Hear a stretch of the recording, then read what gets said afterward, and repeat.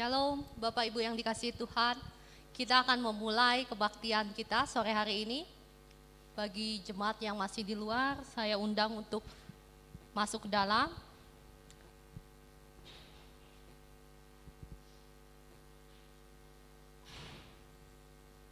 Mari kita akan saat teduh sejenak.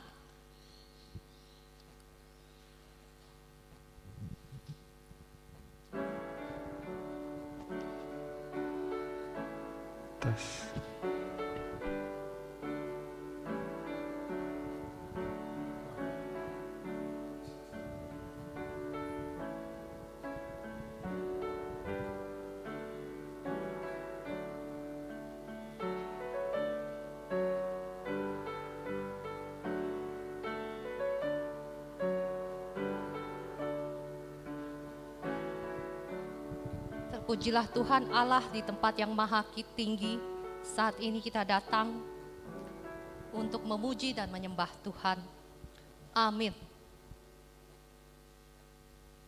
Saya undang jemaat untuk bangkit berdiri. Kita akan naikkan pujian Come Thou Fount of Every Blessing.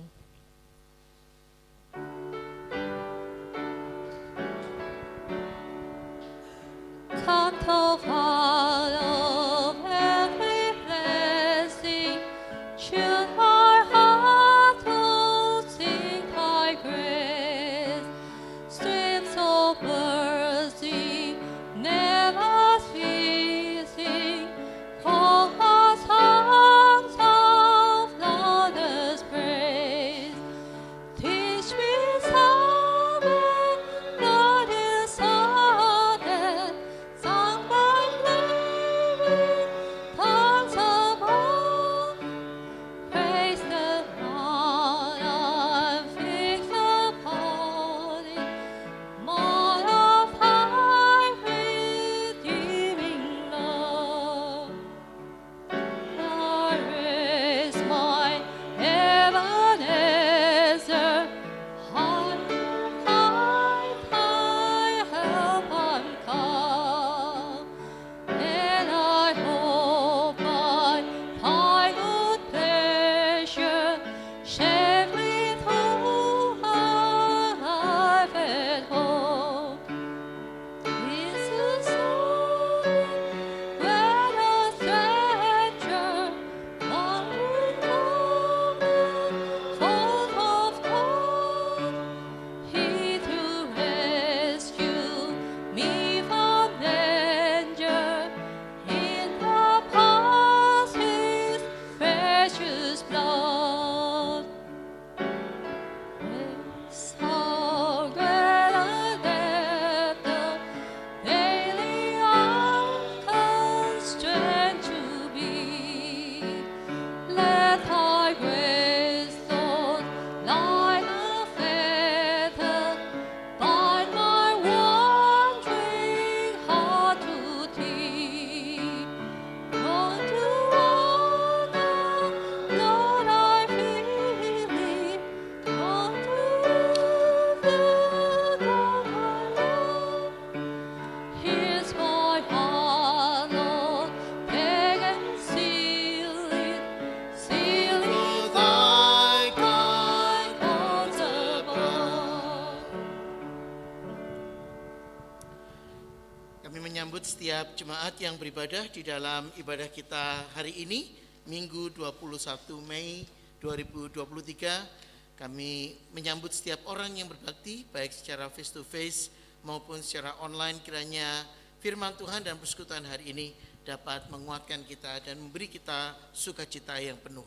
Nats pendahuluan untuk ibadah kita hari ini diambil dari Mazmur nomor 96 ayat 1 sampai 5. Nyanyikanlah nyanyian baru bagi Tuhan, menyanyilah bagi Tuhan hai segenap bumi, menyanyilah bagi Tuhan, pujilah namanya, kabarkanlah keselamatan yang daripadanya dari hari ke hari, ceritakan kemuliaannya di antara bangsa-bangsa, perbuatan-perbuatannya yang ajaib di antara segala suku bangsa, sebab Tuhan maha besar dan terpuji sangat, Ia lebih dahsyat daripada segala Allah, sebab segala Allah bangsa-bangsa adalah hampa, tetapi Tuhanlah yang menjadikan langit. Mari kita satukan hati dalam doa pembukaan. Mari kita berdoa.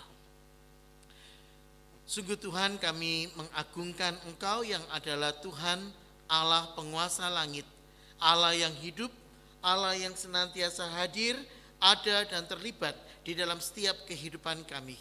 Bapa, ajar kami untuk menyadari kebenaran ini dan mengakui keberadaan Tuhan di dalam kehidupan kami ketika kami belajar sekali lagi untuk datang kepada Tuhan dengan kerendahan hati kami, dengan segala keberadaan kami. Karena kami tahu bahwa tanpa Engkau kami tidak dapat berbuat apa-apa. Pimpin, tuntun dan sertai kami ya Tuhan.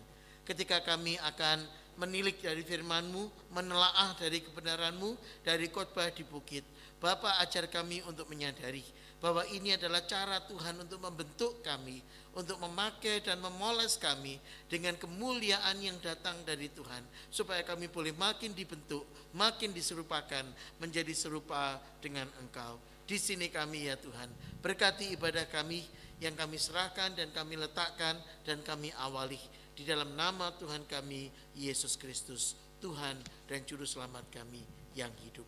Amin. Amin. Silakan jemaat duduk. Kita naikkan pujian ya Tuhan tiap jam.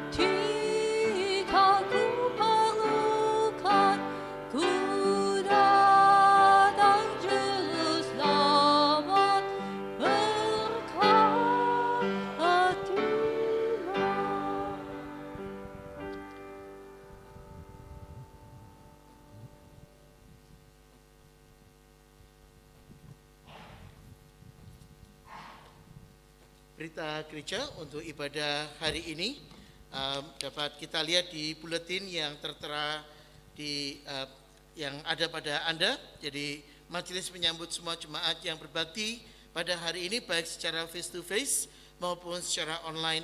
Kiranya berkat Tuhan dan persekutuan yang hari ini diberikan dan kita terima dapat menguatkan kita dan memberi sukacita dan berkat.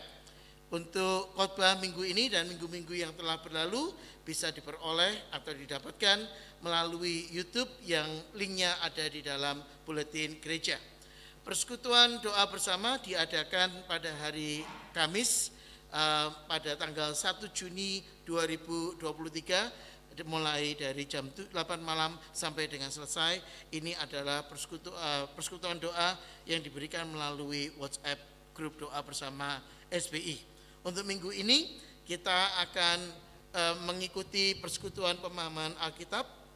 Jadi PA bersama akan diadakan kembali melalui Zoom yang akan saya pimpin pada hari Jumat 26 Mei 2023 jam 7.30 sampai dengan selesai. Zoom meeting ID dan passwordnya bisa diperoleh dengan menghubungi Bapak Edwin dengan nomor yang ada di buletin gereja.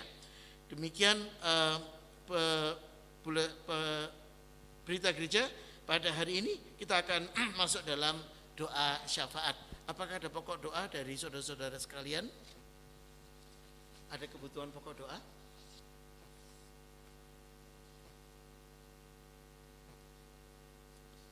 Tidak ada pokok doa spesifik. Baik, mari kita masuk dalam doa kita. Kami datang sekali lagi di dalam segala keberadaan kami ya Tuhan.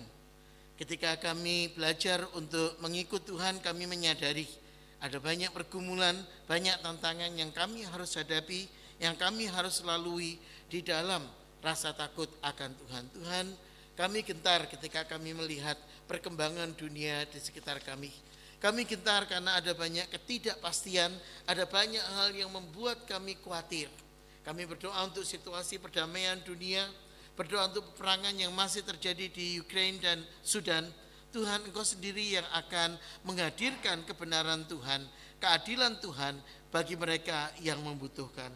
Pakai setiap kami anak-anak-Mu untuk kami boleh belajar, bersandar dan menjadi teladan Tuhan di tengah situasi yang kalut dan membutuhkan pertolongan-Mu. Kami terus mendoakan untuk situasi ekonomi di berbagai negara di belahan penjuru dunia ini, khususnya untuk Australia dan Indonesia. Bapa, kami berdoa, mohon kiranya Engkau sendiri yang akan memberikan tuntunan, pemeliharaan, hikmat di tengah banyak krisis, banyak situasi yang menyulitkan banyak orang. Kami berdoa untuk banyak orang yang merasa kecewa, banyak orang yang masih mencari pekerjaan, banyak orang yang juga mengalami kekalutan di dalam pekerjaan mereka. Tuhan, hiburkan, kuatkan, dan dampingi setiap mereka. Kami berdoa kiranya Engkau sendiri yang akan memakai kami untuk menjadi alat-alat Tuhan, supaya kami boleh mengulurkan tangan kami dan menjadi bagian berkat daripada-Mu. Kami berdoa untuk situasi di beberapa negara yang masih mengalami krisis kesehatan terkait dengan COVID, sekalipun secara resmi pandemi sudah berakhir. Tetapi Tuhan, kami masih menghadapi di sana sini berita-berita dan angka mereka yang tertular COVID masih tinggi. Tuhan, kami berdoa untuk pemulihan, untuk obat-obatan yang dipakai. Kami juga mendoakan secara khusus untuk jemaat-jemaat yang berusia lanjut ketika kami di Australia memasuki flu season. Tuhan, kami berdoa, berikan anak-anak-Mu kekuatan yang ekstra. Berikan anak-anak-Mu perlindungan supaya mereka boleh menerima belas kasihan Tuhan dan mendapatkan pertolongan, kekuatan, dan penyertaan Tuhan. Ya Bapa, kami akan belajar dari kebenaran-Mu sebentar lagi. Pimpin setiap kami supaya kami boleh belajar untuk mengandalkan Tuhan. Dan ketika kami memasuki seri yang baru, pelajaran baru dari pelajaran mimbar, Bapa, Engkau sendiri yang akan membukakan mata kami supaya kami boleh memahami dengan lebih baik tentang khotbah di bukit. Berbicaralah, tuntun setiap kami Tuhan, tolong kami supaya kami boleh belajar untuk berharap dan bersandar hanya kepadamu. Saya mengundang setiap kita untuk mengakhiri doa kita dengan doa yang Tuhan sudah ajarkan kepada kita demikian. Bapa kami yang di surga, dikuduskanlah nama-Mu, datanglah kerajaan-Mu, jadilah kehendak-Mu di bumi seperti di surga. Berikanlah kami pada hari ini makanan kami yang secukupnya, dan ampunilah kami akan kesalahan kami, seperti kami juga mengampuni orang yang bersalah pada kami. Dan janganlah membawa kami ke dalam pencobaan, atau lepaskanlah kami dari yang jahat. Karena Engkau-lah yang punya kerajaan dan kuasa dan kemuliaan sampai selama-lamanya. Amin. Kita diundang untuk memberikan persembahan. Terima kasih untuk setiap orang yang sudah memberikan persembahan melalui direct debit, direct deposit, dan Tuhan memberkati untuk persembahan di dalam ruang ibadah kita. Kita akan mendahului dengan nats pendahuluan untuk ibadah persembahan kita dari Ulangan 8 ayat 18. Tetapi haruslah engkau ingat kepada Tuhan Allahmu, karena dialah yang memberikan kepadamu kekuatan untuk memperoleh kekayaan, dengan maksud meneguhkan perjanjian yang diikrarkannya dengan sumpah kepada nenek moyangmu, seperti sekarang ini. Marilah kita memberi persembahan dengan kesadaran, kita memberi hormat, kita mengingat Tuhan yang memberikan kita berkat dalam kehidupan. Sambil persembahan dijalankan, marilah kita naikkan pujian Take My Life and Let It Be.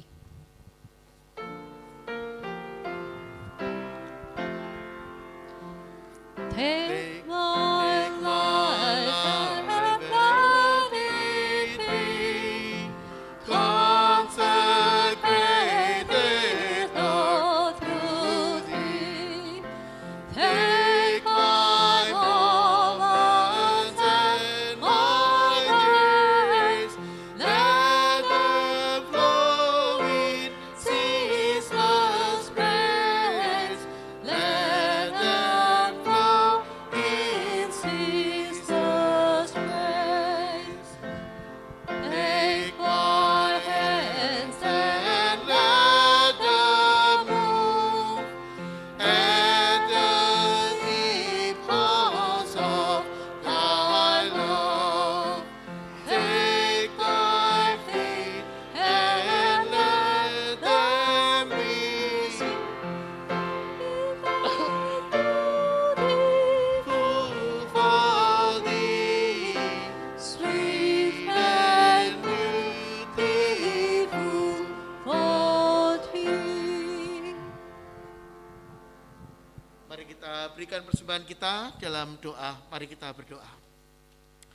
Engkau adalah Allah yang memberikan kepada kami kekuatan untuk kami memperoleh apa yang kami miliki, apa yang kami terima sebagai bagian dari kekayaan kami. Tuhan, Engkau yang memberi, Engkau yang memelihara, dan kami berdoa kiranya Engkau sendiri yang akan senantiasa mengingatkan kami untuk mengucap syukur kepada Tuhan. Berterima kasih untuk setiap berkat yang kami alami, kami terima bagi kemuliaan Tuhan. Karena kami tahu hanya bagi Tuhan kemuliaan boleh diberikan.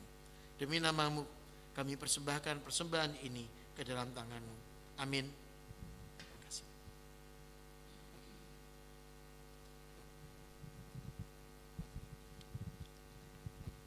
Kita akan mendengarkan firman Tuhan. Sebelumnya, mari kita naikkan pujian Hati Hamba, Heart of a Servant.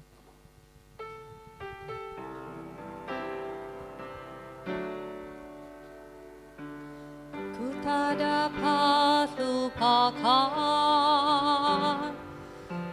kebaikan yang ku terima,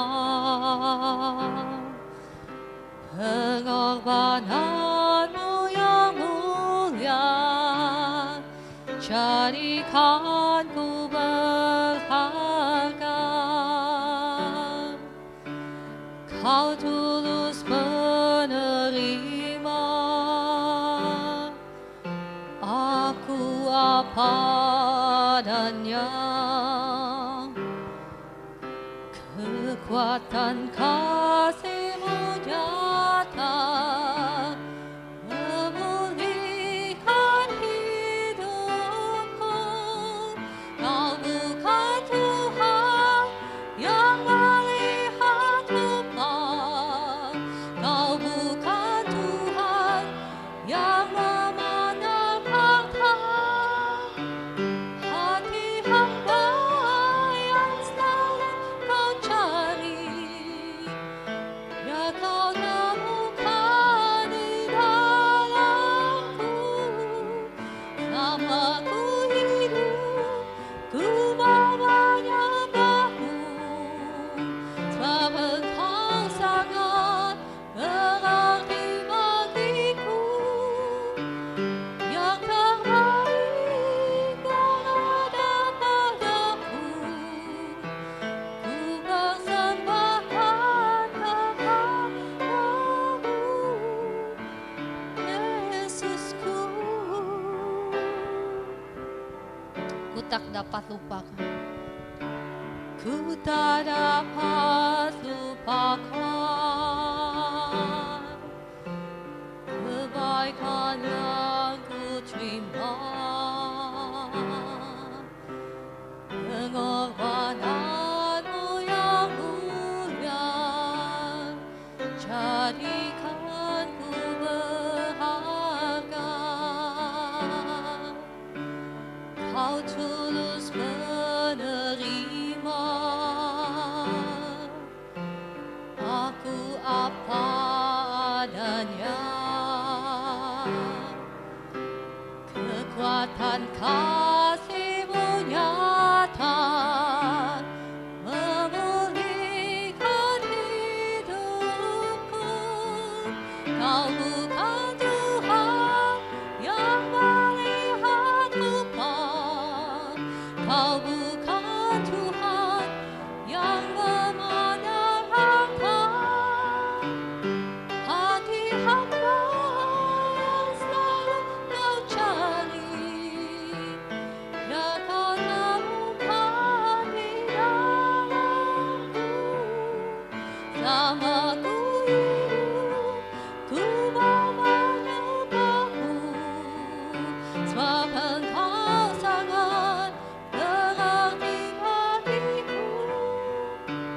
Yang terbaik yang ada padaku, ku persembahkan kepadamu, Yesusku.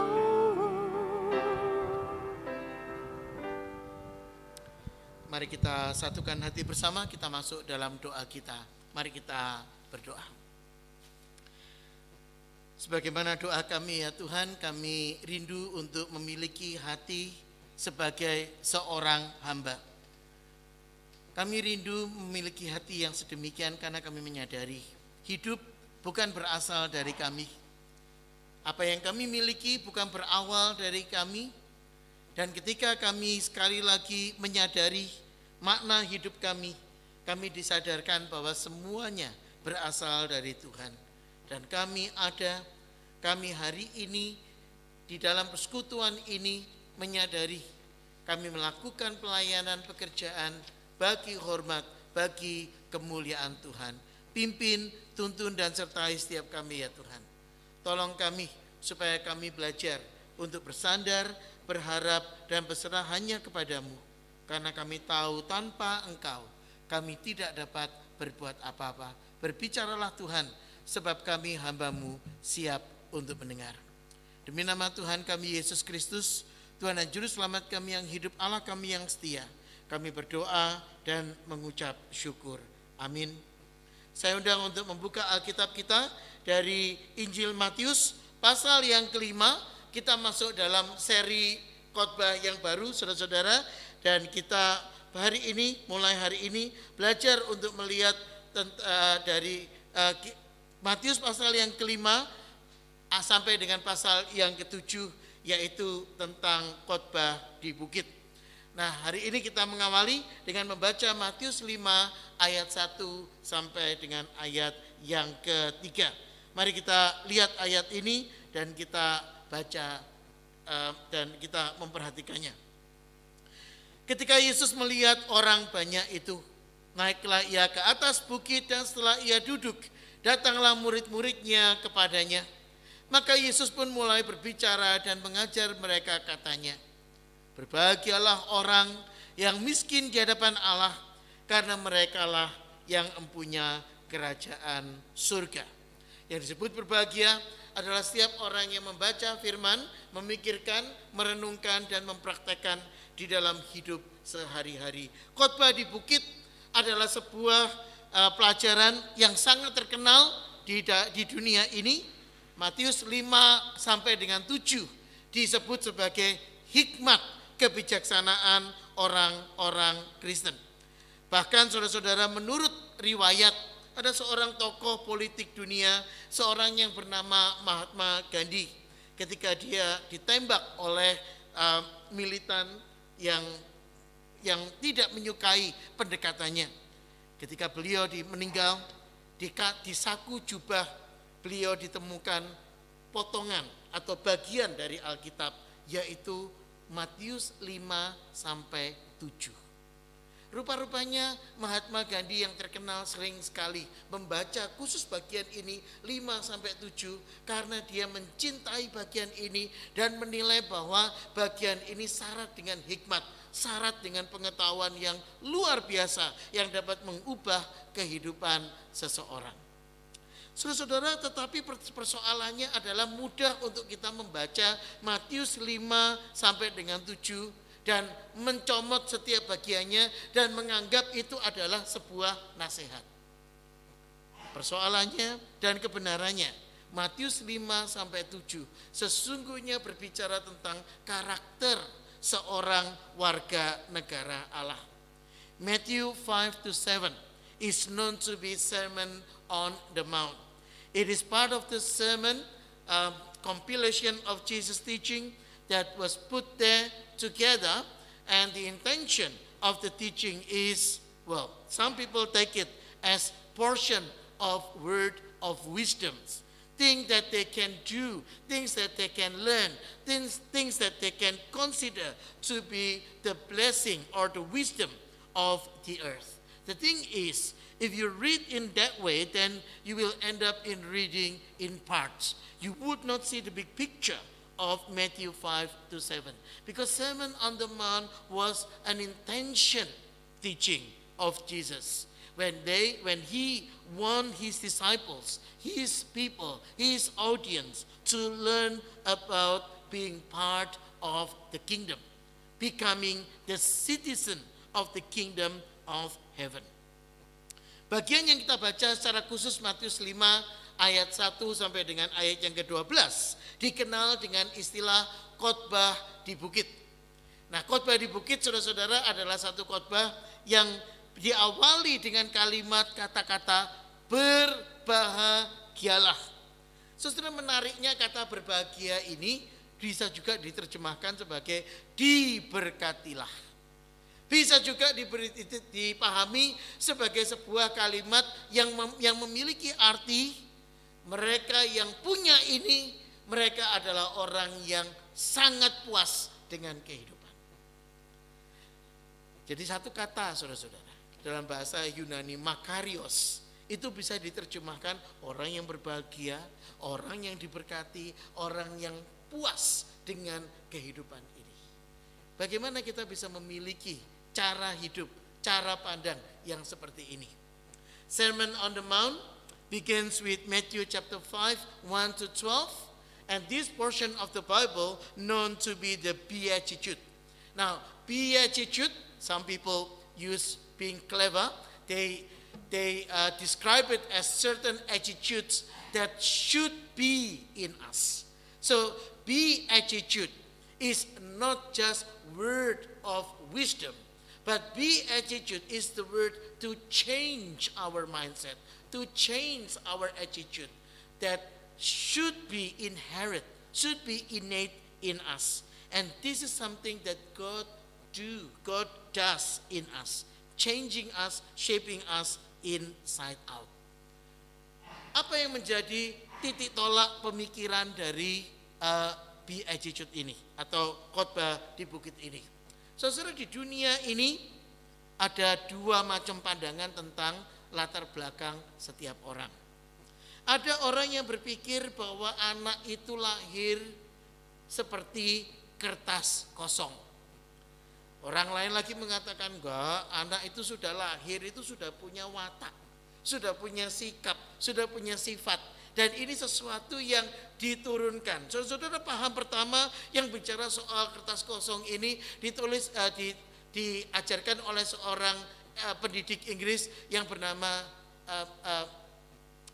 Rousseau, dan dia mengajarkan konsep tabula rasa, yaitu kertas putih kosong yang belum diapa-apain.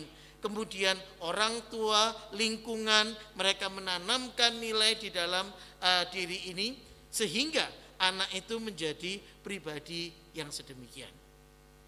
Persoalannya, saudara-saudara, kalau Anda bergaul dengan keluarga saya, Anda akan mendapati bahwa dua anak saya punya dua karakter yang sama sekali berbeda.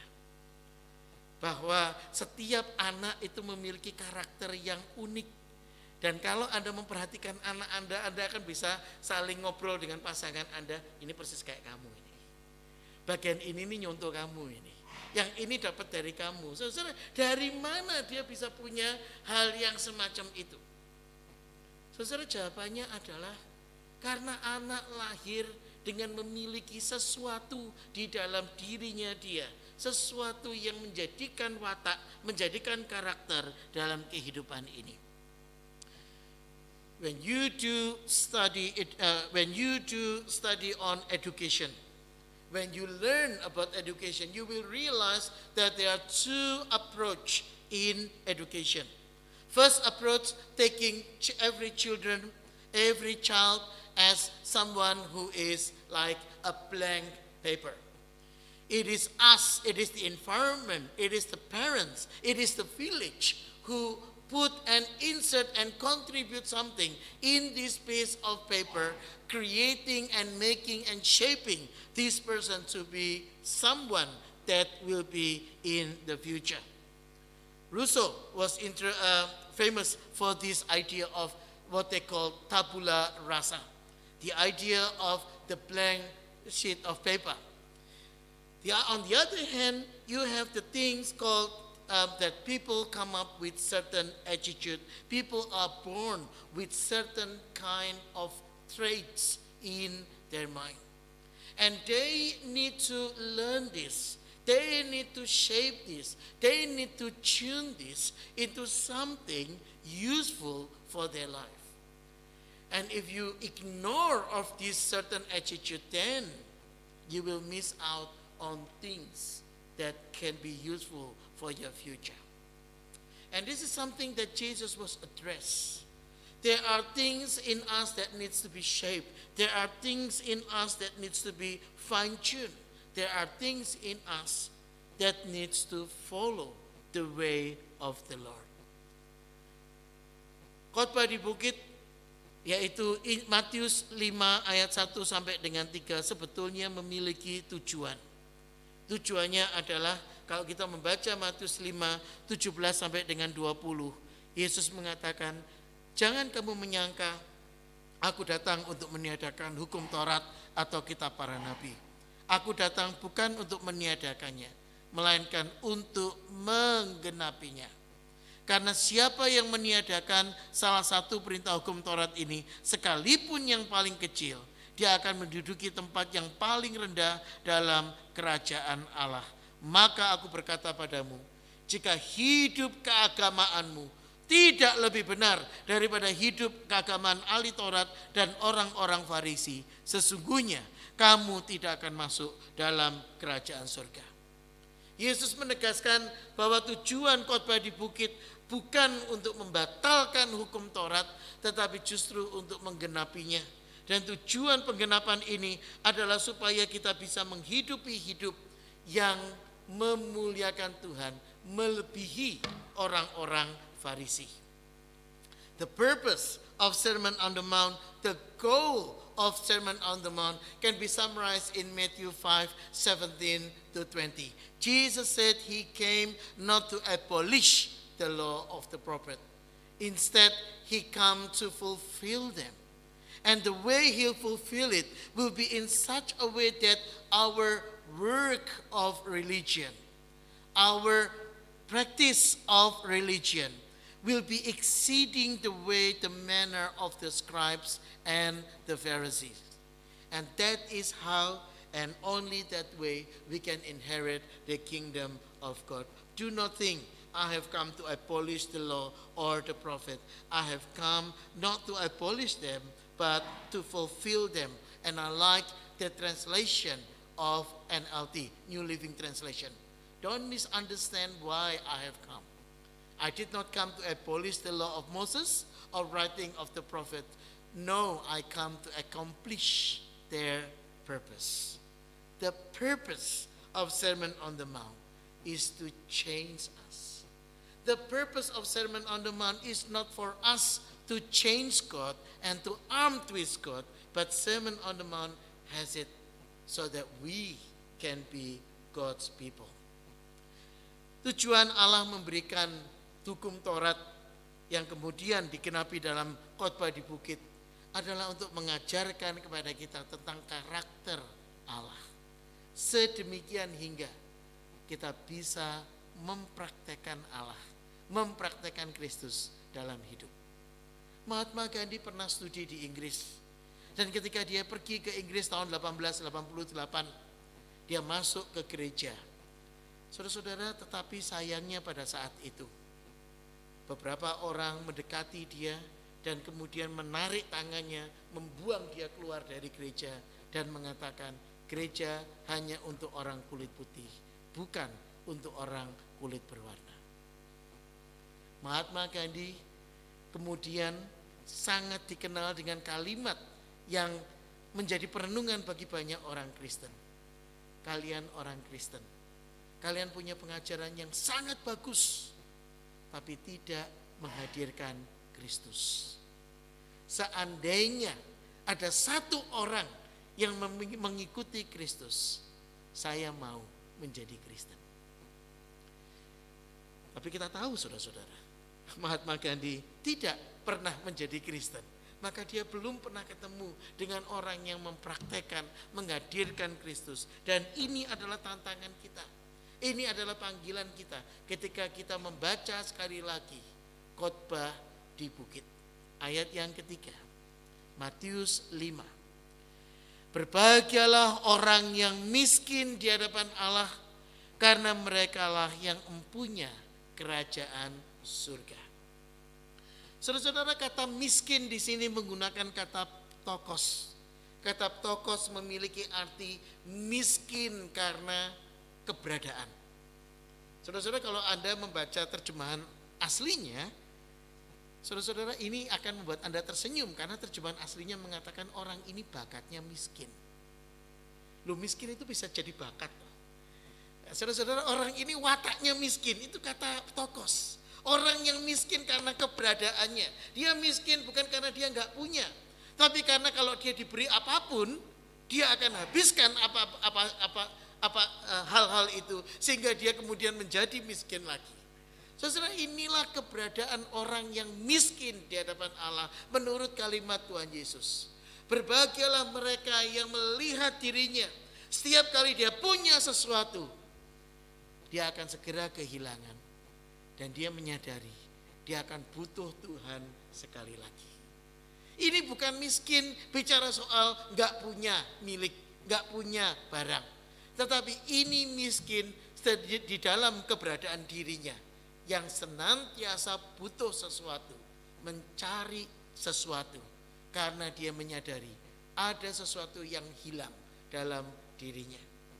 When Jesus begins his Sermon on the Mount, his beatitude, he start off with the word, blessed are the poor in spirit. Now the word poor here, it doesn't describe the matter of poor in the sense of doesn't have anything. But this is the sense of poor in the sense of always lacking on something. Always wanting for something. When he has something, he will use it up, try to appease to his wanting, appeasing to his needs. And that's when he realized he could not find the ultimate satisfaction. This is the kind of person who is always needing God, always seeking for the Lord, because he understands this life has an idea. This life has a purpose. This life has a goal. And he desperately looking for the fulfillment, the satisfaction, and the idea, the purpose of this life. Dunia hari ini mengajarkan kepada kita, berbahagialah orang yang punya uang banyak, karena mereka bisa beli banyak hal. Berbahagialah orang yang pandai, orang yang berhikmat, karena mereka mampu menyadari hidup, makna hidup, dan mereka bisa menjawab banyak pertanyaan. Berbahagialah mereka yang sungguh-sungguh kaya raya, karena dunia ini adalah milik mereka. Tapi saudara-saudara, apakah orang yang kaya, orang yang bijaksana, orang yang pandai, orang yang kaya raya mulia ini tahu kapan mereka akan mati? Apakah mereka tahu kenapa mereka ada di dunia ini? Saudara-saudara, banyak orang yang memiliki kekayaan, tetapi mereka tidak memiliki kerendahan hati. Banyak orang yang memiliki kemampuan, tetapi kemampuan mereka tidak mampu untuk mengubah keberadaan waktu, situasi, dan keadaan mereka. Jesus begins with the statement, "Blessed are the poor in the spirit." The world will suggest, "Blessed are the strong, the wise, the intelligent, the rich, for the world is theirs." But the problem is, when you are strong, when you are wise, when you are intelligent, when you are rich, do you have control over your life? Do you know when you will end this life? Do you know what happened after this life here finish? This is where we realize that man exists not on his own. This is where we realize the need for having God in our life. This is where we realize that we are born not as a blank contract, but we are born as someone who has a need, the attitude of this life. Ketika kita menyadari bahwa hidup ini ternyata tidak hanya di sini, maka kita akan menyadari bahwa ternyata hidup ini bukan sesuatu yang kosong. Bukan sesuatu yang kita bisa isi sesuka kita. Kenapa? Karena ketika kita mau mengisi sesuka kita, kita menyadari manusia bisa jadi suka-sukanya dia. Suka-sukanya dia artinya dia bisa jadi jahat. Dia bisa memperalat orang lain dan menggunakan orang lain untuk keinginannya dia. Saudara, maka di sini kita menyadari perlu ada kekuatan yang lebih besar daripada manusia untuk mengendalikan dunia ini. Bagaimana cara kita mengenal kekuatan yang lebih besar ini? Matius 4 ayat yang ke-10 mengatakan, "Datanglah kerajaanmu, jadilah kehendakmu di bumi seperti di surga." Matius 6 ayat 33 mengatakan, "Carilah dahulu kerajaan Allah dan kebenarannya, maka semuanya itu akan ditambahkan kepadamu." Siapa yang Anda muliakan dalam kehidupan ini? Apa tujuan Anda ada di dalam dunia ini? Untuk kemuliaan siapa Anda ada di sini, di dunia ini? When we look at our life and we realize that we are not a blank paper, we realize that we have certain attitude in this life. We need to be fine-tuned by a greater might, a greater power outside us. That's when we need God. That's when the word of Jesus comes through in our life. Jesus said in Matthew chapter 6 verse 10, in teaching on the Lord's Prayer, "Your kingdom come, your will be done on earth as it is in heaven." Please notice that this is speaking about your kingdom, your will, not my kingdom or my will. Because Jesus reminds us, seek first the kingdom of God and his righteousness, and all these things shall be added to you. Seek first the kingdom of God. What comes second then? Well, seek first the kingdom of God. Put God as the priority in this life. Not us, not our business, but God's business. And this is the idea of the kingdom of God. God's people in God's place under God's rule, where he rule over us. Yesus mengatakan, "Berbahagialah orang yang miskin di hadapan Allah." Orang yang membutuhkan Allah. Orang yang mencari Allah, senantiasa butuh Allah. karena mereka lah yang mempunyai kerajaan surga. Kenapa Yesus mengatakan mereka yang punya kerajaan surga? Karena mereka yang butuh Allah, mereka akan menyadari mereka tidak mampu menguasai dunia ini. Tidak peduli seberapa hebatnya penguasa raja, mereka tidak mampu mengendalikan hidup mereka. Saudara-saudara, maka kita butuh Allah untuk berkuasa atas hidup kita. Kenapa kita butuh kerajaan Allah?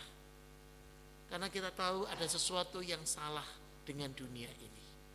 Ada sesuatu yang salah dengan diri kita. Saya pernah mengucapkan sebuah pelajaran yang sederhana. Sesaleh-salehnya Pak Saleh tetap salah.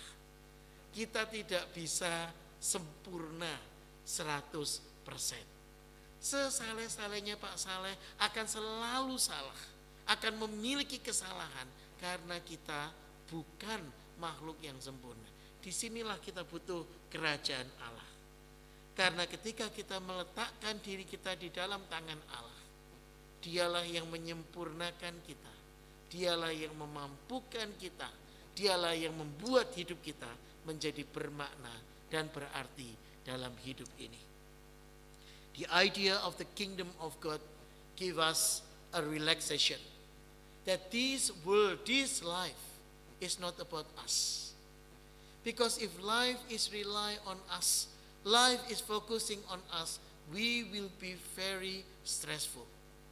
Imagine if you are doing your work and everyone rely on to you, everyone asking you question, everyone demanding something from you. How would life be? It will be tiring, it will be very full, and you feel like you just about to explode. And that's why it's a good idea to have God in your life, to have God to take charge of your life, to have God in rule over your life, that you can surrender your life to Him. Because this world is not perfect. Your life is not perfect.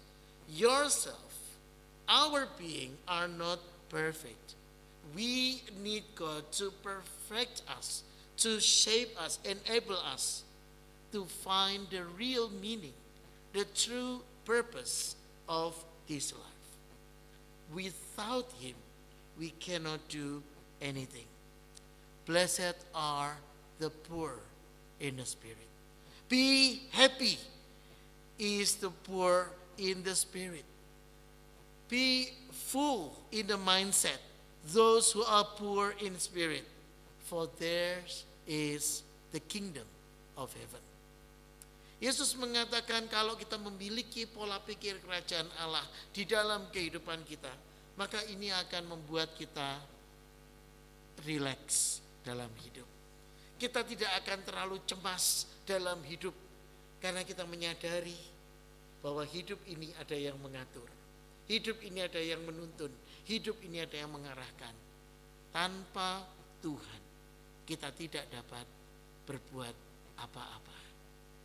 Berbahagialah, diberkatilah, dipuaskanlah orang yang miskin di hadapan Allah. Karena merekalah yang memiliki kerajaan Allah di dalam dunia ini. Berbahagialah mereka yang butuh Tuhan, karena mereka akan mencari Tuhan dan mengutamakan Tuhan dalam hidup mereka. Sudahkah kita mengutamakan Allah dalam hidup kita? Mari kita berdoa. Kami meletakkan hidup kami kepadamu, karena kami menyadari Engkau adalah Allah yang dapat kami temui, Allah yang dapat kami cari.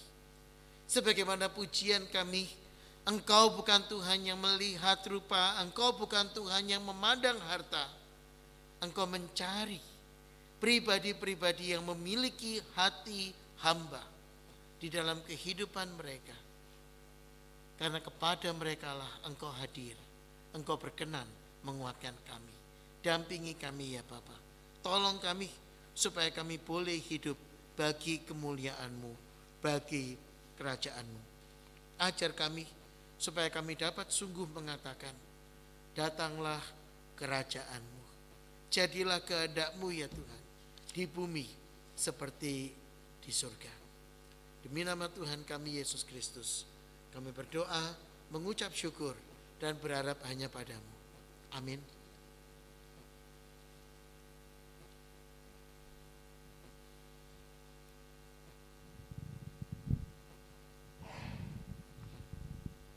Kita akan menutup kebaktian kita dengan menaikkan pujian, hidup ini adalah kesempatan. Jemaat dipersilakan untuk bangkit berdiri. Hidup ini adalah kesempatan.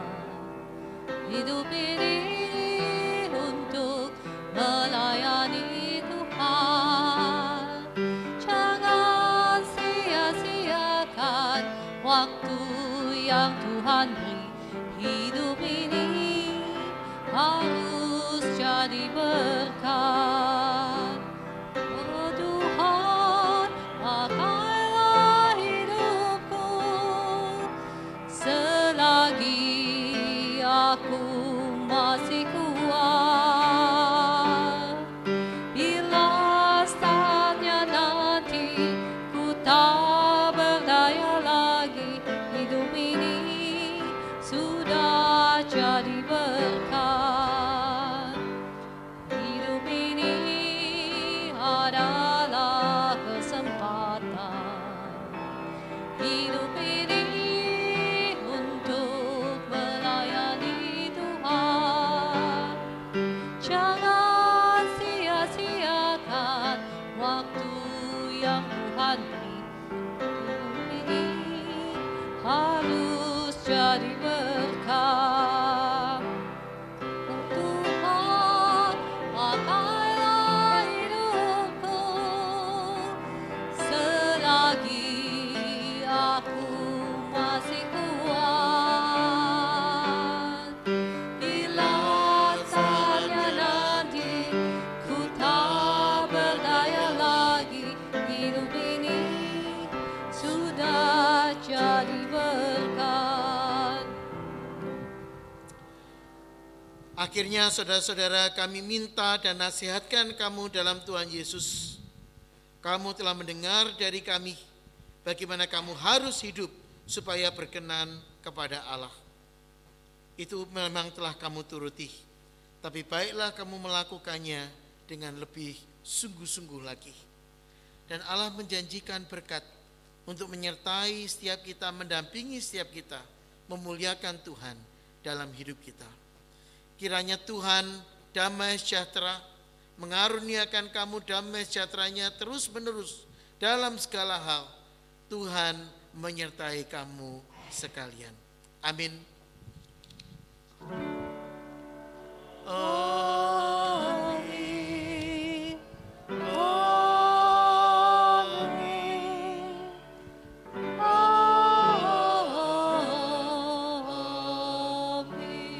Amin.